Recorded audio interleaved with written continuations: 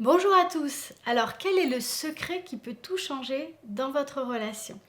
Je suis Myriam Bidot, coach et thérapeute de couple. J'accompagne les femmes, les hommes et les couples ici dans mon cabinet près de Lyon depuis 2009 et également à travers mes programmes de coaching à distance. Alors, je vais vous dévoiler ce secret. Ce secret, c'est la présence. La présence à soi et la présence à l'autre. Alors ça peut paraître un peu étrange ou un peu ringard, en réalité c'est absolument indispensable et clé. Alors qu'est-ce que c'est la présence? La présence, c'est de prendre vraiment conscience de ce qu'on est en train de vivre ici et maintenant uniquement en présence de l'autre. Okay? Votre ennemi numéro un ici, ce sont les écrans. Ce sont notamment les petits écrans. La télévision, parfois on peut la regarder ensemble et ça peut être intéressant parce qu'on peut encore se parler, même si elle a un effet parfois un peu hypnotisant. Ça reste encore un moyen où on peut rester en contact l'un de l'autre. On peut regarder la télévision dans les bras l'un de l'autre.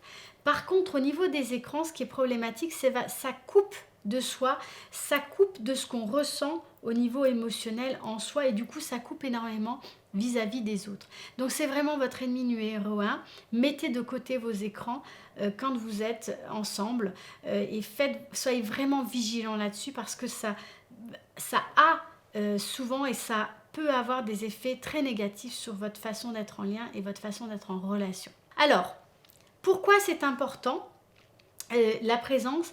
Parce qu'en réalité, ce qui se passe, c'est que très souvent, quand on est dans la relation à l'autre, ce qui se passe, c'est qu'on va rester dans notre tête.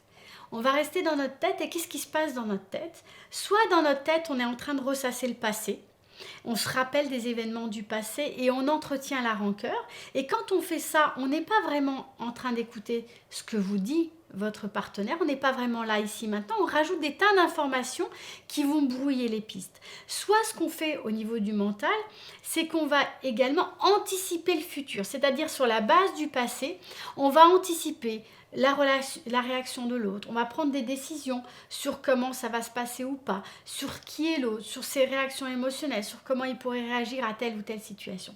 Le problème, c'est quand on est dans le mental, on n'est pas connecté au présent, on n'est pas là ici maintenant et on ne peut pas dialoguer véritablement avec le cœur. Et ce qui est difficile, c'est que ça va brouiller les pistes, donc ça complexifie énormément votre communication, mais également ça vous empêche de saisir ce qui se passe ici et maintenant, de saisir toutes ces petites choses qui vont faire que vous allez pouvoir aller vers de la nouveauté, vers de la construction ou de la co-construction, j'aime à l'appeler, ou vers du changement. Donc quand vous êtes dans votre tête, vous n'êtes pas vraiment avec l'autre et donc vous vous empêchez ensemble de saisir ce qui se passe ici maintenant et qui vous pourrait vous permettre de faire avancer la discussion, de faire avancer la relation. Donc, quand vous êtes dans votre tête, en réalité, vous n'êtes pas avec l'autre, vous êtes seul, vous vous enfermez dans votre mental.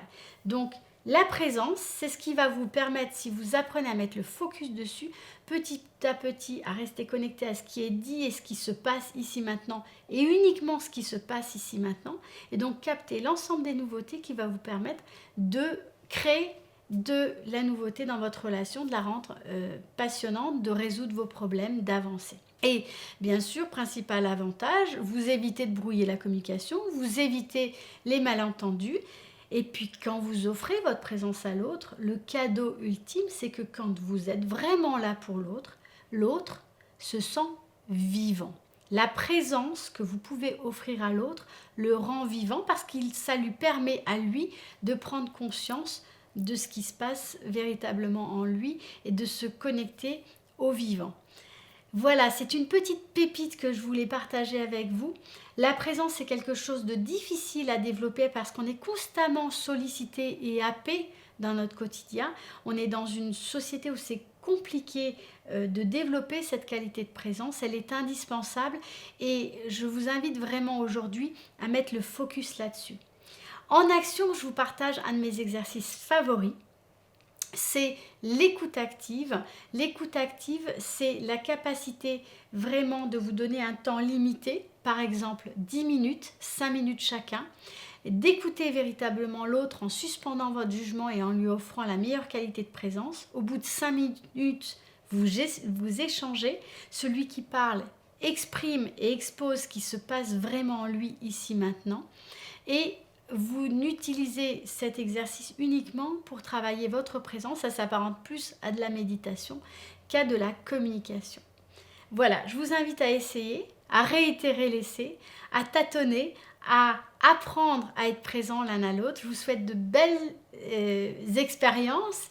Je vous dis à très bientôt. Si vous avez aimé cette vidéo, mettez un pouce bleu sous la vidéo et puis partagez cette vidéo pour que le plus grand nombre puisse découvrir la chaîne et voir l'ensemble des vidéos sur cette chaîne. Je vous dis à très bientôt.